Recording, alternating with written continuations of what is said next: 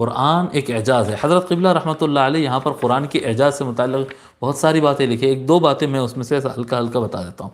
قرآن کے اعجاز میں یہ کام، یعنی معجزہ ہونے اور چمتکار ہونے کے دلائل میں یہ ایک دلیل ہے کہ قرآن کریم محفوظ ہے۔ قرآن کریم محفوظ ہے۔ یہ بڑی عجیب بات ہے کہ قرآن کریم صدیوں گزر گئے اور محفوظ ہے، اور یعنی جو ہے ہندوستان میں ایک بچہ حفظ کیا ہوا ہے، اور سعودیہ میں ایک بچہ حفظ کیا ہوا ہے، اور آسٹریلیا میں ایک حفظ کیا ہوا ہے، سب کا قرآن ایک ہے۔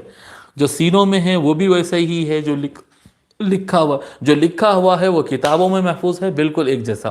جو سینوں میں محفوظ ہے وہ سارے کیا کہتے ہیں، یاد ہے، ریممبر ہے، کیا کہتے ہیں، اور وہ سب کے جو ہے سینوں میں ایک طرح ہے۔ تو اللہ تبارک و تعالیٰ اس کی حفاظت کا انتظام کیا، یہ بڑی عجیب بات ہے، اور دنیا کی کوئی نالج دنیا کی اس طرح سے محفوظ نہیں ہو سکی ہے، نہیں ہو سکی۔ پھر انداز بیان، قرآن کریم کا جو انداز ہے، انداز میں کیا ہوتا ہے قرآن کریم میں، کیا کہتے ہیں، دوسروں کے کلام میں کیا ہوتا، جیسا کہ میں آج آپ میرے اگر 15-20 سال پہلے کی اگر آپ تقریریں نکال کر دیکھیں گے اور آج کی اگر میری تقریر دیکھیں گے تو معیار میں فرق ہو جاتا، معیار میں فرق ہو جاتا ہے۔ بعض لوگ کی ترقی ہوتی ہے، بعض لوگ کا تنزل ہوتا ہے، بعض لوگ کا پہلے شروع میں بہت زبردست معیار رہتا ہے، لیکن بڑھاپے کے ساتھ، کمزوری کے ساتھ یا حالات کی وجہ سے آدمی کے بیان کرنے میں، اس کے شعر میں، اس کے رائٹنگ میں کمزوری آ جاتی ہے۔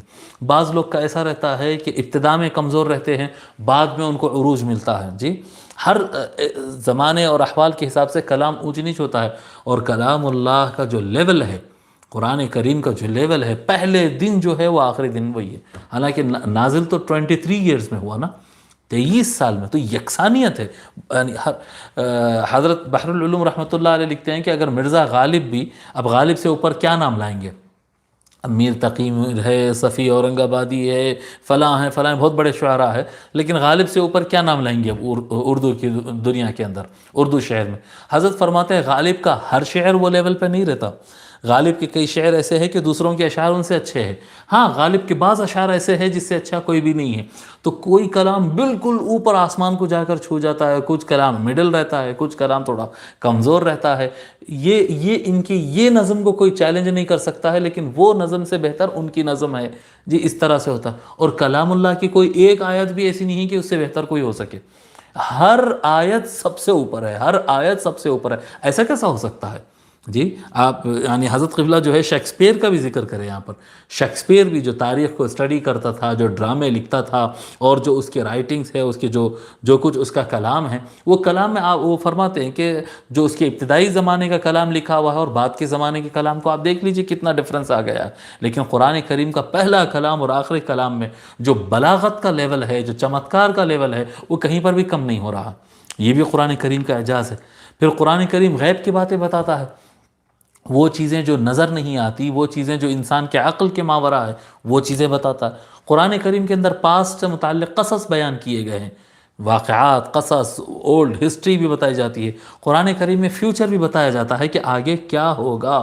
پھر قرآن کریم کے اندر تأثیر، قرآن کریم کے اندر جو تأثیر رہتی ہے، پڑھ کے پھونکو تو شفا ہے، سمجھو تو عقلوں کے لیے شفا ہے، عمل کر لو اور یقین کر لو تو دلوں کے لیے شفا ہے۔ ایک ایسا عجب تأثیر ہے کلام اللہ میں اور قرآن کریم میں۔ ایک کلام ایک آدمی کتنی مرتبہ سن سکتا ہے؟ جی، ایک چیز کو آدمی کتنے وقت سن سکتا ہے؟ آپ غور کریں، جو حفاظ کرام ہوتے ہیں، جو قراء ہوتے ہیں، اور جو کلام اللہ کو سمجھتے ہیں، ان کو پوری زندگی سنائے تو قرآن سنتے ہیں، پھر سنتے ہیں، پھر سنتے ہیں، پھر سنتے ہیں۔ یہ کیسی چیز ہے؟ یہ کیا قوت ہے اس کلام کے اندر کہ سننے والا سنتے ہی رہ جاتا ہے؟ تو قرآن کریم کی عجب تأثیر ہے۔